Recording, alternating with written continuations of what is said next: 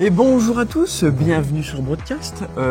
Aujourd'hui, petite review d'un film. Voilà, on a fait un autre format. Il a dit qu'on allait faire n'importe quoi de ce qui nous passait par la tête.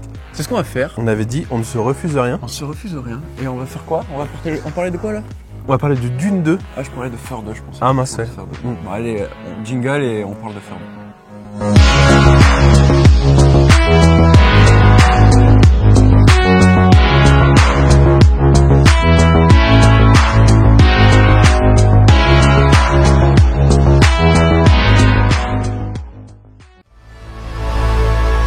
This is a form of power that our world has not yet seen.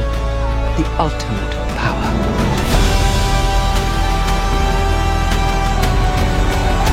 I want you to know I will love you as long as I breathe.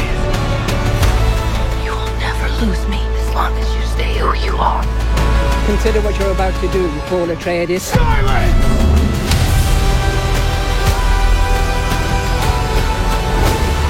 This prophecy is how they enslave us!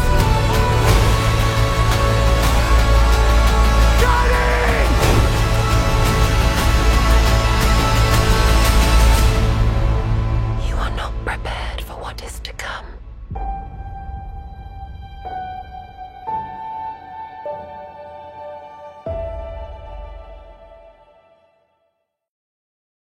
Une partie non spoil, on va parler en gros du film, de ce que ça amène et du synopsis en global, de ce que ça nous a évoqué. Et après on y rentrera un petit peu plus dans les détails, donc on spoilera comme des gros porcs. Exactement. Et puis on parlera vraiment de ce qui nous a fait vibrer. Notre ressenti profond. Donc c'est parti pour la partie synopsis. En gros, l'objectif du film, c'est de montrer que Paul va apprendre les usages du désert. Ouais, c'est toute un rite d'initiation, t'as l'impression qu'il traverse tout ça.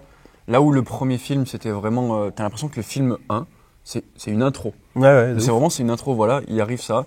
L'acteur principal va se prendre ça dans la gueule, toute sa famille va se prendre ça dans la gueule. Et puis là, maintenant, ok. C'est vraiment comme Zendaya l'a dit, « It's only the beginning ». C'était un peu kitsch, mais au moins là, c'est vraiment l'introduction. Et là, on part direct dans l'aventure de Paul. Et ce qui est cool, c'est que petit à petit, donc il part de son fief où il s'est fait éclater sur Arrakis. Et il va rencontrer les Fremen. Arrakeen. Et il va rencontrer les Fremen et il y a tout un rite de passage, de découverte de lui aussi. De ce qu'il veut ou pas, de ses craintes du 1. Et c'était vraiment cool. Du coup, il y a aussi trouvé sa place au sein des Fremen, au sein d'Arrakis, du coup, au sein de la planète, puisqu'il dit avoir une place parmi eux. Et aussi trouver sa place dans l'intrigue plus globale des maisons, etc. Donc, il y a vraiment une problématique justement de place du personnage, du coup, qui est tout, qui veut être dans le peuple des Fremen, qui en même temps a l'héritage de toute sa maison à lui. Qui a un poids aussi à porter, qui est vraiment le sujet principal du film. Carrément. Ça, on creusera plus dans la partie spoiler. Mais il est vu par les Fremen, comme le Lisan al-Gaïb, comme l'élu, comme le montreur de chemin. C'est ça. Et du coup, il a aussi à dealer avec ça. Pour parler aussi des acteurs, je trouve que c'est une mine d'or sur plein de trucs. Ils ont tous leur petit moment. Bon, il n'y a pas mon moment, il n'y a pas My Boy qui est dans le 2. Pour l'instant, c'est pas. Ouais, il est bien crevé dans le 1. Hein. Voilà, spoiler, super. Mais non, les acteurs sont vraiment fous. Chaque fois. Il y avait une scène, moi, dans le 1 où je voyais Timothée Chalamet dans la tente où il fait une presta de fou, où il voit ses visions de dingue. Et je trouvais pas tant que ça sur le reste du film. Tandis que là, putain, il y a des scènes, elles sont magnifiques. Mais les plans sont fous, ça ouvre directement sur une scène. Je sais pas si on la voit, on le verra dans la partie spoil. On parlera de ça parce qu'elle est quand même importante. Mais tout ça, c'est super fort. La musique, elle est encore là. Les plans, on en prend plein la gueule H24, c'est beau. La photo, la lumière et tout, je veux dire. Et le rythme, il fait 2h combien? 2h45. 2h45. T'as l'impression qu'il fait 1h50. Et franchement, c'est extrêmement bien rythmé. Et en fait, tu peux que t'attendre à un truc bien rythmé quand tu vois déjà le Dune 1 qui se passe globalement rien. Ils vont sur Arrakis, ils se font taper la gueule, fin. Et ça dure, pareil, 2h et quelques, c'est quand même assez long. Mais il y a un bon rythme. Ouais, pareil, voilà. Il t'arrive à te le mettre de façon à ce que tu t'emmerdes pas, que ce soit pas chiant, que ce soit... En fait, il s'attarde sur des détails qui sont vraiment intéressants et il développe son truc. Donc toute cette partie 1, tu te dis, ok, s'il arrive à me monter ça et à pas m'emmerder pendant tout ça avec son rythme, le 2, là en plus il va mettre de l'action, il va mettre des trucs de fou et c'est trop bien. Moi sur le rythme, j'aurais des choses à dire en partie spoiler, parce que je trouve, 2h45 déjà le film. Oui, Il déjà. raconte beaucoup de choses. Il clôture l'arc du tome 1, parce que le Ouais, 1 et 2 sont issus du tome 1 des livres de Dune. Et du coup, moi, il y a des petits trucs. J'ai pas lu les livres, donc je sais pas si c'est dans les livres. Il y a des petits trucs qui me manquent et des petits trucs où je trouve qu'on passe un peu vite. Mais on en reviendra peut-être dans la partie spoiler. Parce que À partir de maintenant, on va aller dans les détails sur certaines scènes, certains dialogues, etc. Donc, si vous l'avez vu, tant mieux. Et si vous l'avez pas vu, bah, tant allez pis. le voir. Non, faut pas dire tant pis, faut dire allez le voir. Ah oui, c'est vrai, mince. C'était une claque, hein. C'était De- une alors, claque de fou. Moi, ce que je disais, c'est que je suis sorti du film. Enfin, générique de fin. Déjà dans la salle, pas un bruit. Genre c'est calme. rare, tu vois, c'est rare. D'habitude, les gens ils se mettent à débattre direct et tout. Là, à un moment, tu sentais que les gens étaient en mode. Ah, De toute façon, le film a fait un drop mic. Ouais, quoi. c'est- Boum. Allez hop. de ouf. Et moi, vraiment, je suis resté sur le siège. J'étais en mode. Ah ouais, C'était. Ah ouais, d'accord. C'était fou. Hein. donc moi, je l'ai vu en IMAX. Donc Ouais. tu l'as vu en IMAX aussi. Tout en IMAX. Je pense que vraiment, ça se voit que Denis Villeneuve, il a réalisé en se disant. Bon, allez, je vais leur mettre une tarte dans la gueule et ce sera de l'IMAX. Donc c'est sûr, c'est pas pour aller voir la soupe aux choux sur le grand écran l'IMAX, mais là, J'aimerais bien. en termes de. Moi aussi, j'aimerais bien. S'il vous plaît, faites un remake de la soupe aux choux en IMAX. Mais que ce soit autant le son, l'image Ouais. laser, la taille du merdier. Moi, je pense que c'est vraiment le son qui m'a chopé. Parce que vraiment, on en parlait avec Bass, on est allé le voir ensemble quand je suis allé le voir pour la 12e fois. Et genre, vraiment, en fait, t'as le son qui permet d'avoir ces détails de spatialisation. Que ce soit le son qui provient de devant. Hyper derrière. impressionnant, parce que des fois, c'est des bruits d'habillage, mais t'as des murmures qui viennent de derrière toi à droite, des bruits devant toi à gauche, et c'est très immersif du coup. Ah oui, carrément. Et Et du du coup, coup, il y a- décollage d'ornicoptère, Ouais. là. En fait, il passe devant, ça au-dessus de toi, tremble t'es là, tu de fais, fou. Waouh, on est Genre, il y a un moment, il y a une scène où, dans la fin de son parcours initiatique pour devenir en quelque sorte un Fremen, Paul doit appeler un ver, Un ver, des sables, et doit le chevaucher. dedans. Ça, c'était. Et vraiment, quand le ver arrive, mais t'as la salle, t'as l'impression qu'il y a un tremblement de terre, quoi. Tu trembles et tu sens vraiment toute la En puissance du plus, tu truc. vois le verre au loin, Ouais, tu de sens que ouf. ça. Ouais, ça Là, aussi. tu fais, ok, il est pas encore là. Ouais. Je pense que le temps a été pris, parce Mais que tu- vraiment, les effets spéciaux, quand tu parles du ver qui arrive, Mm. tu le vois vraiment arriver de loin, et en fait, tu te dis pas une seule seconde, bah t'es en train de me mettre un veille-effet, frère. T'y crois, vraiment, c'est Ouais, impressionnant. Surtout qu'il te fait arriver le ver, il arrive de très loin dans le plan, tu vois le ver qui doit du coup passer sous le sable, du coup tu vois plus rien, tu revois une explosion immense, enfin, Ouais, c'est en termes d'échelle, etc. L'IMAX, c'est vraiment cool pour ça. ouais, ça c'est... Et après, juste pour parler de l'imagerie du film, chaque plan, tu mets pause, c'est un fond d'écran. Ouais. Tu peux te poser, que ce soit sur des plans sur la petite sœur de Paul, du coup, qui est au stade fœtus. Ouais. C'est des plans un peu bleutés où c'est vraiment extrêmement Ouais. rapproché. C'est super beau. Super bien fait. La scène d'ouverture, c'est directement après la fin du 1 où du coup Paul part avec les Fremen. Et tu vois du coup des Harkonnens. Harkonnens qui ont des Ah ouais, combinaisons qui volent là. ça c'était l'ancien. Et tu les vois, tu te dis, dans ta tête, tu te dis, est-ce que c'est kitsch ou est-ce que c'est ultra genius tellement c'est bien fait. Mais c'est ce que... En fait, ils y vont à fond. Ouais, c'est ça. Et C'est ce qu'on disait quand on en a parlé après qu'on a vu le film, c'est que en fait il y a des idées qui sont sur le papier hyper kitsch et en fait quand tu les assumes à fond c'est et bien, que ça rend bien. tu les montres, c'est pas genre oh j'ai fait un effet un peu bizarre, Mm. je vais un peu le cacher, le cutter vite et tout. Là vraiment il te le met pleine face. Ouais, la combinaison Il y a anti-gravité, t'es là, plusieurs ça plans vole, et tout. T'as l'impression qu'il nage, tu sais pas Ouais, trop c'est ça. s'il nage, s'il vole, s'il y a les câbles, tu t'en fous, tu fais waouh, c'est trop bien. Et même dans cette idée de kitsch, t'as vraiment aussi des costumes et tout où tu pourrais Mm. te dire Ouais, c'est des Ah, choses. Mais et ça en fait passe. c'est tellement assumé et en fait c'est tellement ancré dans l'univers que Villeneuve a créé pour son Dune que ça passe tranquille quoi. Typiquement moi je pense à un costume, quand je l'ai vu j'ai eu un peu un mode ah oui c'est quand du coup la mère de Paul donc va boire l'eau de vie pour le passage Ah oui, pour le rite et devenir de flambeau entre mères révérendes. T'as vraiment une espèce de costume de caméléon et tout qui lui dit qui lui donne l'eau de vie et qui lui dit de boire. Vraiment ce costume, tu te dis ah ouais d'accord, c'est particulier. Mais pareil, il y a tous les costumes des Bene Gesserit et tout. Ouais, avec les voiles, Ouais, beaucoup de. c'est très en vrai dans un autre film, C'est pas tu dirais pas pareil. ouais, tac. Là vraiment, et vu qu'il le met frontal et qu'il l'assume, qui fait durer les plans aussi, c'est une force du film aussi qu'il fasse durer les plans. Bah t'acceptes et en fait c'est des idées de fou. Et du coup, pour parler un peu de l'histoire un petit peu plus en détail, donc il y a Paul qui qui continue avec son exploration avec les Fremen. Donc il y a tout un rythme initiatique donc pour devenir Fremen, donc on lui trouve un nom, etc. Et son objectif au début du film aussi, c'est aussi de ramener le corps de Jamis, je sais pas comment il le prononce. Ouais. Donc le Fremen qu'il a tué au combat individuel dans la fin du 1. Du coup, il y a cette chose de le ramener du coup. Qu'il le porte lui-même en plus, il fait l'effort de dans le signe. Et là aussi, ouais, du coup, juste pour le déroulé de l'histoire, du coup, lui, il fait ça, et pendant ce temps, tu as toute la famille Harkonnen qui reprend le contrôle d'Arrakis. Ne fait pas bien son taf, parce qu'il y a beaucoup d'attaques de Fremen sur la production d'épices, donc il a des bâtons dans les roues, et que c'est une catastrophe. Et le baron le trouve un peu mou. Ouais, un peu. Alors, mon gars, c'est ma dune, mon gars, s'il n'y a pas ma récolte d'épices, ça va chier pour toi, mon gars. Donc, au bout d'un moment, à un moment donné, il va chercher l'autre, son cousin. C'est son frère, ouais, qui s'appelle. Alors, j'ai mes notes parce qu'il y a des noms. Parce qu'il y a des noms. Donc, c'est Feyd-Rautha Harkonnen, le Nabaron. Donc, Feyd-Rautha, qui est extrêmement bien introduit et qui l'amène, du coup, grosso modo, prendre sa place de son frère et lui dire bon, mon gars, maintenant, tu t'en occupes.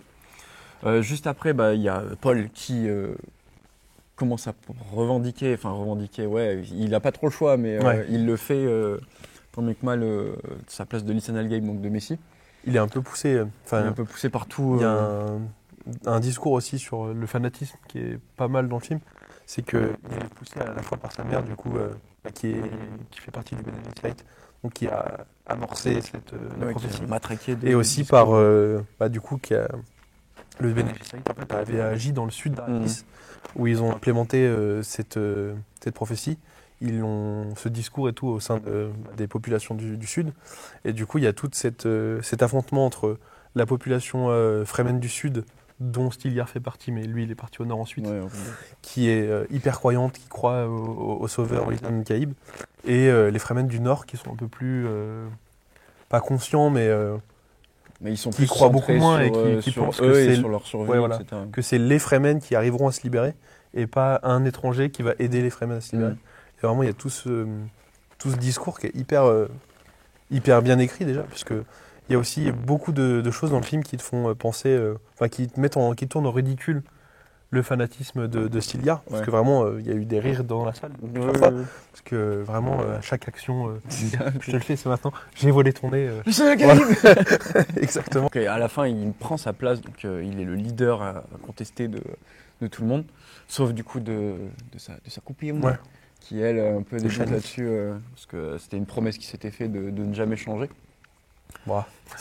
Qui change bien drastiquement. Un petit peu. Donc il amène ses forces Fremen récupérer Arrakeen. Où on voit du coup l'empereur qui est venu, qui a dit oh ça pue de la merde, il y a quand même beaucoup de trucs. Donc, qui a été appelé par mon frère. Donc il débarque, donc un plan somptueux de son vaisseau qui débarque, donc tout en chrome. C'est trop beau. C'est une sphère. Il débarque et puis quand il est en stase, en stationnaire, en vol stationnaire, tu vois tous les vents solaires d'Arrakis qui se projettent sur le vaisseau, qui brûlent. Quand il est en vol, quand le vaisseau de l'empereur est posé et qu'il est en stationnaire, tu te rends compte qu'il est venu avec tous ses Sardaukar et qu'il y a une armée, il y a l'armée entière de l'empereur qui est sur Arrakis. Et vraiment, c'est là où vraiment il y a une tension qui monte, parce que tu te dis. T'as vraiment l'armée surentraînée de l'empereur. T'as les Harkonnen qui sont là, même si... c'est pas non plus des rigolos. Et t'as les Fremen, mais du coup, en termes de rapport de puissance, t'as vraiment... ça te met un peu le doute en te disant... Tu t'as confiance, tu sais très bien de quoi les Fremen sont capables. Surtout qu'ils vont être aidés par les Vers des Sables et par 2-3 petits missiles qui ont été trouvés comme ça au droite à gauche. Voilà. Mais t'as vraiment ce truc où tu te dis... ça a pété. Et ça pète, mais alors moi, j'en viens ici. C'est un de mes points négatifs sur le film. C'est que je trouve que dans le premier film, les Sardaukar, ils sont ultra badass. T'as l'impression que rien ne peut les faire flancher. Et là, vraiment, en fait, ce qui est logique, vraiment, il y a une attaque coordonnée des Fremen qui a été créée, qui a été imaginée par Paul, avec une attaque au nord, une attaque au sud, des Fremen dans le sable et tout. Ils profitent de tout ce que la planète peut leur proposer, surtout qu'il y a une tempête, une tempête arrière-grand-mère qui arrive à ce moment-là. Donc vraiment, tous les éléments sont réunis pour qu'ils fument l'armée de l'empereur. Mais je trouve quand même qu'il n'y a vraiment aucune résistance. Enfin, on voit aucune résistance des Sardaukar. Et je trouve que c'est pas que ça les ridiculise, mais je trouve que il manque ce petit truc où, C'est la force du peuple. où tu te sens que, ouais, mais il se manque ce petit truc où Ouais, tu te dis, peut-être une légère. ouais, un petit doute. Non, là, c'est Non, vraiment, il y a c'est pas tout de- droit. Après, ce qui est pas mal aussi, parce que ça montre vraiment la puissance des Fremen et la force de la foi que Paul leur a inculquée, tu vois. Il y a juste après cette attaque, donc tu as Paul et avec une incursion de Fremen qui rentre dans le vaisseau, ça aussi. de l'empereur. Tu vois tout la garde de l'empereur, sa fille, etc. qui sont là-bas. Il arrive, il flingue direct Le baron. le baron. Petit coup de lame bien, Ça aussi, ce qui est beau, c'est que bien rapide. tu sens que les Sardaukar, ils défendent l'empereur, quoi. Mhm. Le mec, il rentre dans la salle où ils sont, ils se mettent en ligne devant l'empereur, lui, il va tuer le baron, ils T'as en le ont mur, rien à foutre. C'est Ils ça, le regardent laisse faire en comme mode, ça, donc c'est vraiment. c'est pas notre problème. Donc il y a le combat après justement avec Avec Fred Rota, Fred Rota. Fade Rota. Donc, il y a le combat, j'adore les combats moi dans Dune au corps à corps. Ouais, C'est là, beaucoup porté sur le son, sur l'impact. Et c'est il incroyable. n'y a pas de musique pendant le combat. En fait, l'absence de musique vient mettre plus de tension. Ouais, il permet de te Enfin, tu focus sens du coup vraiment- sur le son. Vraiment, Tu sens vraiment que tous les gens qui sont dans la salle, ils sont en train de regarder et qu'ils Mhm. ont le souffle coupé en mode il va se passer quoi, parce que c'est vraiment l'avenir de la planète qui est en jeu dans ce combat. Parce qu'en fait, il se combat contre le Nabaron Fedrota, mais en gros c'est la lame de l'empereur, parce que Oui. parce que Paul c'est- laisse le choix à l'empereur de l'affronter en combat individuel. Sauf que l'empereur, bon, je suis navré pour lui, j'ai 80 beaucoup de piges. respect, hein, mais je pense qu'il aurait fait 2 secondes. Et du coup, t'as Paul qui lui dit, bah, soit vous battez, soit vous choisissez un champion. Et du coup, il y a Fedrota qui dit, bah, j'y vais, être, laissez-moi être votre lame. Il y a ce combat qui est hyper impressionnant. Et où justement, on en parlait, enfin, tu m'en parlais, sur la respiration qui est vachement au centre du son, du sound design et tout carrément. de la scène, et puis même globalement du film. Et ce qui est assez beau, enfin, ce qui est dans l'écriture, ce qui est bien, c'est que il rappelle à Chani juste avant le combat qu'il aimerait jusqu'à son dernier souffle.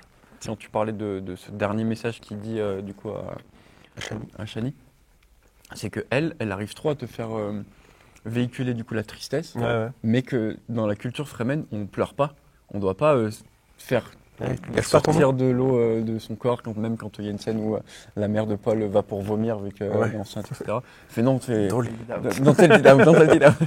Donc c'est vraiment important pour eux. Et là en plus, tu as la scène où tu te dis mais là tout le monde chiale en fait. Si Ouais, on de te ouf. dit ça, bah non, je vais épouser la fille de l'empereur parce que c'est au-dessus de moi, je dois faire ça pour la suite.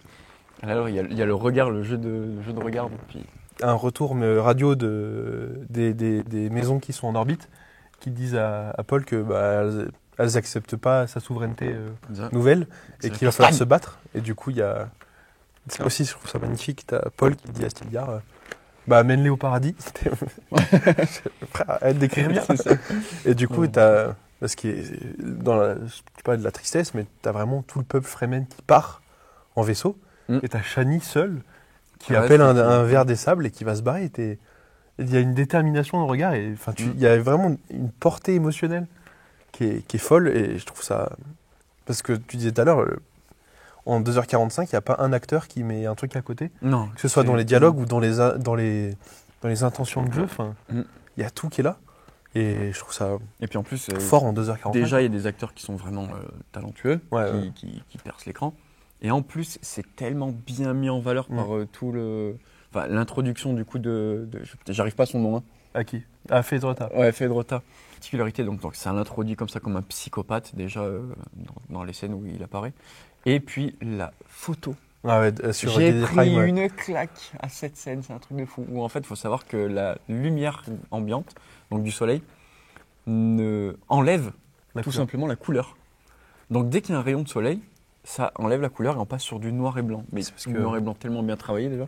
C'est ce qui est. En fait, dès l'intro sur la planète, il y a un texte qui te dit que c'est l'anniversaire de Fedrota. Il y a un texte qui dit sur notre bien-aimée planète baignée par le soleil noir. Donc on te dit. En fait, on t'explique le truc parce que. Je pense que ça, c'est un truc de producteur qui a dû Ouais. dire pourquoi son noir et blanc d'un coup, explique-le. faut Donc le ils ont dire. dit bon, écoute, On met un on sous-titre. va introduire qu'il y a un soleil noir au cas où s'il y avait des mecs qui n'avaient pas compris. Et du coup, on t'explique qu'il y a un soleil noir et t'as 10 minutes, mais où tu prends une tabasse dans les dents. Ouais. Au début, je comprenais pas, je plans, crois que mais- c'était vraiment, la planète était comme ça. Ouais. Et après, quand j'ai vu, ok, il y a des gens qui vont dans la tribune et qui vont justement vers la lumière, je dis, ok, ils sont de couleur, il y a 2-3 trucs, c'est quand même sombre, mais il y a quand même des couleurs chaudes un peu. Et dès qu'ils passent dans le rayon de lumière, tout est noir et blanc, tout est épuré, tout est avec des feux d'artifice. Et c'est pareil, c'est des trucs tout cons, hein. Mais dans le fond, on voit des feux d'artifice, et quand ça pète, c'est comme si en fait on mettait des taches d'encre qui se diluent dans l'eau. C'était une dinguerie. Et du coup, vu qu'on parle de Guédé Prime, là aussi, tu sens vraiment qu'il a poussé à fond les costumes. Parce que moi, il y a un costume, je l'ai vu. Moi, je me suis dit, c'est incroyable d'avoir osé. Et je me suis dit, ça va rire dans la salle. C'est au moment où on introduit Phase Rota, t'as un mec qui lui apporte ses lames pour son anniversaire. Ah oui. Et c'est un mec super gros qui a une espèce de crop top. Du coup, on voit il est coupé là, il a un haut qui s'arrête là. Et du coup, il a des seins qui, donc c'est vraiment des pecs qui tombent. c'est assumé. Et en fait, je me suis dit, putain, ça va rire. Alors que pas du tout. Et en fait, une salle pleine, il n'y a pas eu un rire. Donc c'est à quel point les costumes sont assumés et ça marche. Parce que vraiment, le truc, tu pourrais te dire c'est ridicule. Parce que vraiment, le design est hyper étonnant. Tu crois le gars dans la rue comme ça, tu dis ouais, voilà. what the fuck. le design est hyper étonnant et ça passe. Il y a des plans aussi quand tu vois tout le bassin. Ouais. Le bassin du coup des Fremen, donc c'est des caves qui sont sous toute l'intégralité de la planète. Après l'eau donc du dernier gars que Paul a tué dans Javis. donc Javis. Et il verse ces quelques gouttes qui ont été récupérées dans le corps dans le bassin. Et on te dit, ok, donc là c'est intégralement rempli d'eau de mort. Et je fais oui, en fait il y en a plusieurs milliers de bassins sur toute la planète et ils sont remplis comme ça. Et là tu vois du coup la mère de Paul, la Bene Gesserit, qui prend l'ampleur de ce que le peuple Fremen a subi. Et c'est assez fat, c'est assez émouvant. Tu parlais de la scène où il lui dit de pas pleurer. Ouais, de pas pleurer. Quand il lui prend sa larme, on lui dit non, arrête. Faut pas gâcher même pour les morts, même pour les morts, faut donc pas. Ça aussi c'est vraiment intéressant. Il s'attarde vraiment sur la religion, la façon de penser des Fremen. C'est vraiment top. Aussi, c'est mon deuxième point, c'était les 2 points que moi je trouve aussi, je trouve ça magnifique, je trouve que du coup le site Tabre et c'est magnifique et tout. Et je trouve qu'on voit pas assez de la vie des Fremen dans cet endroit. C'est sur certaines scènes du quotidien, sur comment ils mangent, comment à l'extérieur et tout. Je trouve que le fait qu'ils sont un peu nomades aussi avec leur campement, on peut le faire. Après, on peut pas non plus tout. Non, oui, c'est sûr. c'est sûr. Et c'est vrai que j'aurais aimé avoir un peu plus de vie énormément. J'aurais aimé avoir un peu plus de vie au sein du site, tu vois. Mais après, c'est pas. Je dis, c'est pas un défaut, quoi. C'est juste. J'aurais bien aimé avoir un petit plus de ça, mais en vrai, ça passe. Sur le passage avec l'eau de vie. Je trouve ça incroyable. Sur c'est l'eau de vie, c'est ça, hein. Parce que ça m'a fait bizarre en le lisant. C'est le bon Genep. Je trouve ça super fort ce que ça veut dire. Tout le message de tu vas boire, tu vas mourir, tu verras. C'est ça. Je trouve ça super fort. Et du coup, la prophétie dit que la mère du Lisanna Gaïb deviendra une mère révérende. Et du coup, elle passe le rite. Tout le monde, c'est là où il y a une scène où c'est la première grosse confrontation entre les croyants du Sud et les Fremen du Nord qui sont plus sceptiques. Où vraiment, il y a plein de choses où Stilgar dit mais si, c'était écrit. Et ceux, ils sont en mode mais non, mais elle fait partie du Bene Gesserit, c'est normal. Et Paul le dit, il lui dit non, mais elle a été entraînée pour ça. Les Bene Gesserit savent transformer le poison. Lui, il y a pas mal de parties où il casse justement la prophétie. Il fait, non, mais on a été fait pour ça, c'est des coïncidences. Et puis, ça fait partie de sa formation de Bene Gesserit. Et t'as Stilgar qui dit, qui va direct chuchoter à ses troupes en mode. Il est trop humble. Il est trop humble, c'est lui. Lisanna Gaïb sera humble. C'est lui, c'est encore un synth. Et tous les autres autour qui font oui, Lisanna Gaïb. Et t'as vraiment ce truc en mode, il le tourne un peu au ridicule. Et enfin, moi personnellement, je me suis fait niquer parce que moi, à la fin, j'avais mon couteau comme ça. J'étais prêt à partir avec lui, tu vois. Et c'est là où je voulais en venir, c'est que moi, Timothée Chalamet, je trouve que l'acteur me fait rien en fait de base. En fait, dans le 1, j'ai bien aimé le 1, mais ça me faisait ni chaud ni froid. Je ne trouve pas que Timothée Chalamet soit très charismatique ou transpire quelque chose qui me touche.